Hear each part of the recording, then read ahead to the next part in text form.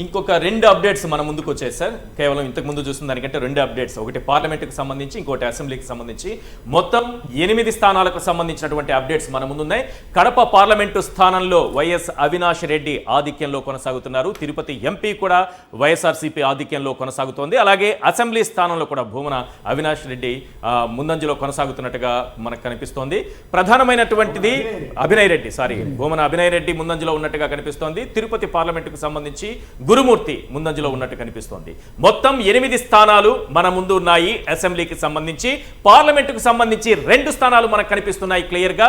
25లో రెండింటిలో ప్రస్తుతానికి వైఎస్ఆర్సీపీ ఆధిక్యంలో కొనసాగుతోంది. ఒకటి తిరుపతి, 2 కడప. ఈ 2 స్థానాల్లోనూ వైఎస్ఆర్సీపీ ఆధిక్యంలో కొనసాగుతోంది.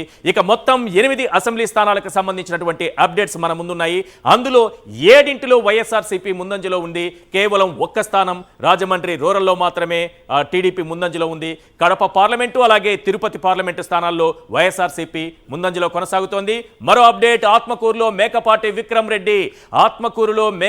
విక్రమ్ రెడ్డి వైఎస్ఆర్సీపీ అభ్యర్థి ముందంజలో కొనసాగుతున్నారు. ఇటు కడప పార్లమెంటుకు సంబంధించి కానీ, తిరుపతి పార్లమెంటుకు సంబంధించి కానీ ఒక క్లియర్ ఇండికేషన్ మనకు కనిపిస్తోంది. ఈ 2 చోట్ల కూడా వైఎస్ఆర్సీపీ ముందంజలో కొనసాగుతోంది. అసెంబ్లీ స్థానాలకు వచ్చేటప్పటికి మొత్తం 8 స్థానాలకు సంబంధించినటువంటి ట్రెండ్స్ మన ముందున్నాయి. అందులో 7లో వైఎస్ఆర్సీపీ కేవలం 1 స్థానంలో మాత్రమే ప్రస్తుతానికి టీడీపీ ఆధిక్యంలో కొనసాగుతోంది. రైట్, మొత్తం 10 స్థానాలుగా మనం లెక్కేసుకుందాం. ఎందుకంటే జగన్మోహన్ రెడ్డి గారు మొత్తం 200 స్థానాలు అంటుంటారు కాబట్టి, ఈ 10 తీసుకున్నప్పుడు మనం 8 + 2 మొత్తం 10 స్థానాలు తీసుకుంటే 9 స్థానాల్లో ప్రస్తుతానికి మనకి వైఎస్ఆర్సీపీ ముందంజలో కనిపిస్తోంది. 2 పార్లమెంటు స్థానాలు, 7 అసెంబ్లీ స్థానాలు. కడప పార్లమెంటు స్థానంలో అవినాష్ రెడ్డి ఆధిక్యంలో ఉన్నారు. ఆత్మకూరులో మేకపాటి విక్రమ్ రెడ్డి ఆధిక్యంలో కొనసాగుతున్నారు. తిరుపతి ఎంపీ స్థానంలో వైఎస్ఆర్సీపీ అభ్యర్థి గురుమూర్తి ఆధిక్యంలో కొనసాగుతున్నారు.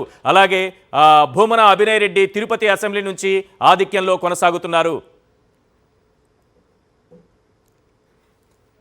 రైట్, మనం చూస్తున్నాం. చీపురుపల్లిలో మనం కొన్ని అప్డేట్స్ మన ముందున్నాయి. చీపురుపల్లిలో బొత్స సత్యనారాయణ ఆధిక్యంలో కొనసాగుతున్నారు. గజపతి నగరంలో బొత్స అప్పల నర్సయ్య లీడ్లో ఉన్నారు. మొత్తం 7 స్థానాలు కనిపిస్తున్నాయి. ఇటు టీడీపీకి సంబంధించి రాజమండ్రి రూరల్ మాత్రమే గోరంట్ల బుచ్చయ్య చౌదరి ఆధిక్యంలో ఉన్నారు. తిరుపతి ఎంపీ అసెంబ్లీ 2 స్థానాలకు సంబంధించి, ఒక పార్లమెంటు స్థానం, ఒక అసెంబ్లీ స్థానం, రెండింటికి సంబంధించి మనం చూస్తున్నాము. రెండింటిలోనూ వైఎస్ఆర్సీపీ అభ్యర్థులే ముందంజలో కొనసాగుతున్నారు. చంద్రగిరి అసెంబ్లీ స్థానంలో వైఎస్ఆర్సీపీ ఆధిక్యంలో ఉంది. చెవిరెడ్డి మోహిత్ రెడ్డి ఇక్కడ ముందంజలో కనిపిస్తున్నారు. కడప పార్లమెంటు స్థానం చాలా మంది ఆసక్తిగా ఎదురు చూస్తున్నటువంటి పార్లమెంటు నియోజకవర్గం ఇది. కడప పార్లమెంటులో అవినాష్ రెడ్డి ముందంజలో కొనసాగుతున్నారు. రైట్, ఇక మిగతా స్థానాలు ఓవరాల్గా మనం చూస్తున్నది 8 స్థానాలకు సంబంధించి, అసెంబ్లీ స్థానాలకు సంబంధించినటువంటి లీడ్స్ మనం చూస్తున్నాం. 8లో 7లో వైఎస్ఆర్సీపీ ఆధిక్యంలో కొనసాగుతుంది. కేవలం రాజమండ్రి రూరల్ స్థానం నుంచి టీడీపీ ముందంజలో కొనసాగుతుంది. 2 పార్లమెంటు స్థానాలకు సంబంధించినటువంటి సమాచారం కూడా మన దగ్గర ఉంది. అప్డేట్స్ మన దగ్గర ఉన్నాయి. అవి చూస్తే 1 కడప, 2 తిరుపతి. ఈ 2 స్థానాల్లోనూ వైఎస్ఆర్సీపీ ముందంజలో ఉంది.